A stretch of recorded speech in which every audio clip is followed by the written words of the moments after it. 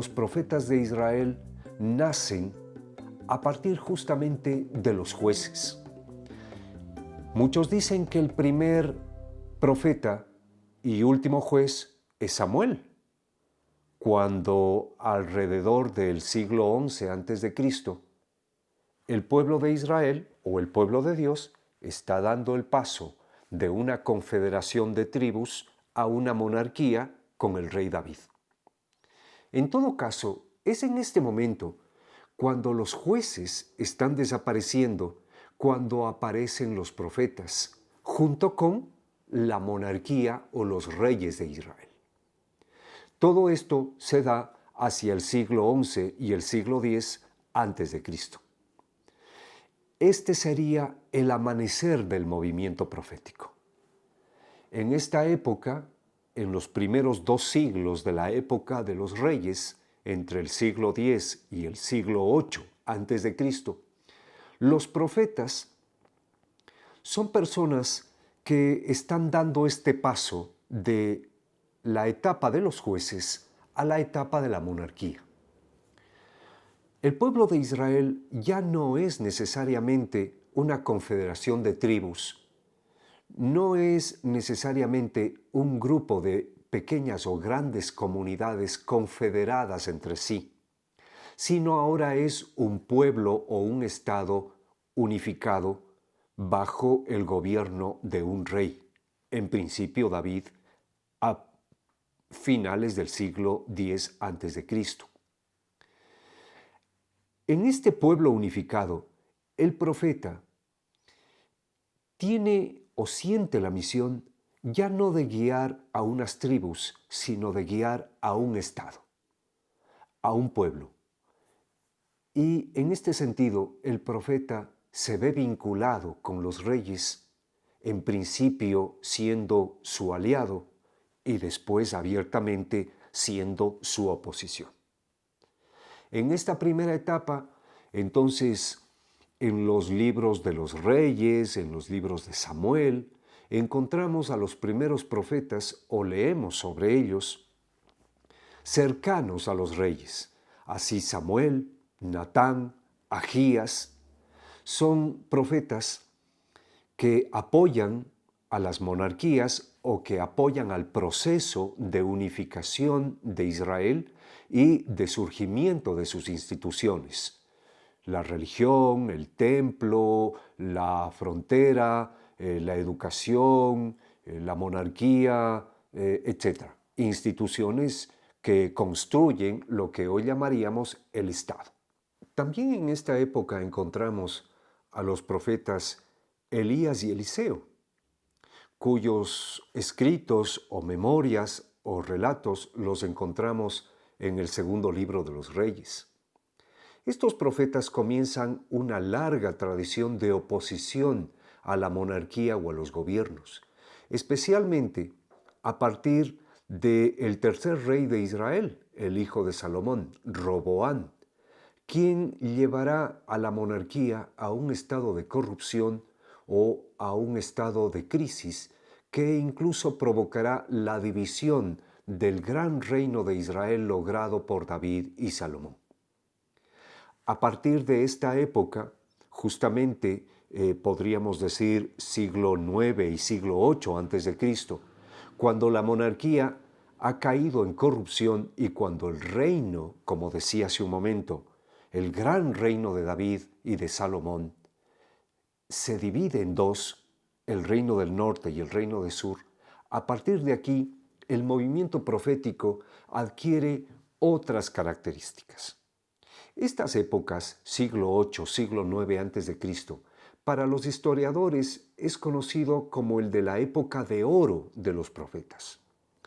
En este momento encontramos profetas en el reino del norte, llamado Israel, y en el reino del sur, llamado Judá. En el reino del norte, los profetas más famosos son, por ejemplo, Amós y Oseas. Y en el reino del sur, algunos muy importantes podrían ser Miqueas, Sofonías e Isaías I. Y estos profetas tuvieron un papel fundamental en la construcción de Israel en esta época de crisis. Además, estos profetas, todos ellos, aparecieron en oposición a la monarquía.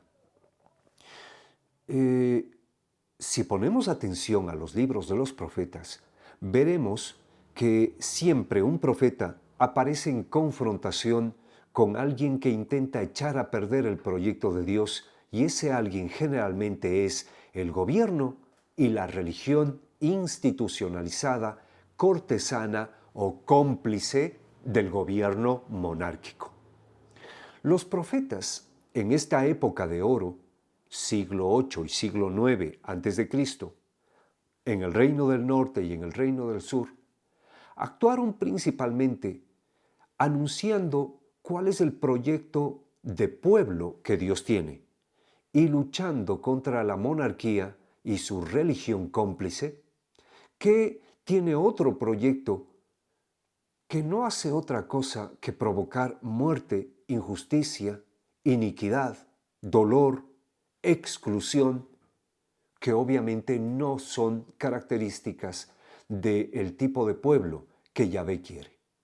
Los profetas actúan anunciando otro tipo de pueblo, pero para anunciar el tipo de pueblo que Dios quiere, hay que pasar por el desenmascarar a aquellos o aquello que echan a perder este proyecto de pueblo. Hay que desenmascarar al opresor y al injusto, sea el político, el militar o el religioso. Hay que denunciar aquello que provoca sufrimiento o aquello que entorpece la construcción del auténtico pueblo que vive en alianza con Yahvé. Amós, Oseas denunciarán a los reyes, a los sacerdotes, las alianzas políticas, a los pueblos vecinos, a los grupos económicos, a los grupos de poder armado. Y todos ellos, como dije hace algún momento, serán excluidos, difamados, perseguidos, desaparecidos. Esta época de oro es una época de profunda, de muy pública, de escandalosa, en el buen sentido de la expresión, acción de los profetas. Va avanzando la historia y entre los siglos 7 y 8 aparecen otros profetas en nuevas circunstancias de Israel. La historia avanza y las realidades de los pueblos mesopotámicos también. Los imperios van creciendo y algunos van tragando a sus vecinos. Al este de Israel surge el gran imperio babilónico, al norte el gran imperio asirio, al sur el gran imperio egipcio, en medio el pobre pueblo de Judá o el pobre pueblo de Israel.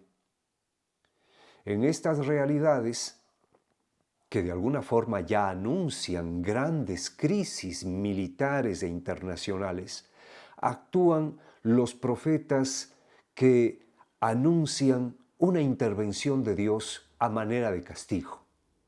Los profetas que visualizan los acontecimientos y anuncian terribles crisis. Los profetas que anuncian invasiones, catástrofes, los profetas que anuncian deportaciones, llanto, dolor, etcétera, etcétera, etcétera. Estos profetas que para algunos son vistos como augures porque adivinan, porque ven en la bola mágica, porque tienen poderes sobrenaturales, efectivamente anunciarán invasiones de los asirios, de los babilonios, o traiciones de los egipcios, o de los moabitas, de Efraín, etcétera, etcétera, etcétera.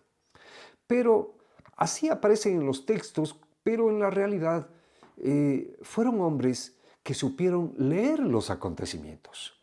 Fueron capaces de analizar lo que estaba sucediendo y darse cuenta lo que iba a pasar y presentarlo como parte de un proyecto que hay que asumir, que hay que comprender, que hay que procesar para llevar a la práctica el proyecto de Dios. Estos hombres de la desesperanza, del anuncio del castigo, del anuncio de la ira, estos hombres que actúan entre el siglo VII y el siglo VIII, son vistos como, efectivamente, como profetas de la desesperanza. Pero entendamos bien, son profetas que anuncian pedagógicamente una amenaza, pidiendo un cambio de rumbo, pidiendo que rectifiquemos nuestros pasos, pidiendo que busquemos una manera nueva de ser pueblo, de ser gobierno, de ser cultura, de ser economía, de ser política, de ser familia, que cambiemos nuestro corazón, nuestra mente y nuestros estilos de vida. Son profetas que efectivamente amenazan, pero no son profetas que anuncian a un Dios malvado que quiere el dolor y el sufrimiento, o que envía plagas, o que envía invasiones. No son profetas del COVID-19, no son profetas de las crisis políticas o de las crisis económicas. Son profetas que nos piden mirar la realidad para rectificar nuestros caminos y nuestras maneras de ser. Entre estos siglos, los más importantes profetas de la desesperanza, pues podrían ser Sofonías, Jeremías o Habacuc. De algunos de estos, algunos no sonarán mucho. Sofonías va a ser muy importante en la historia de Israel, y qué decir del gran profeta Jeremías.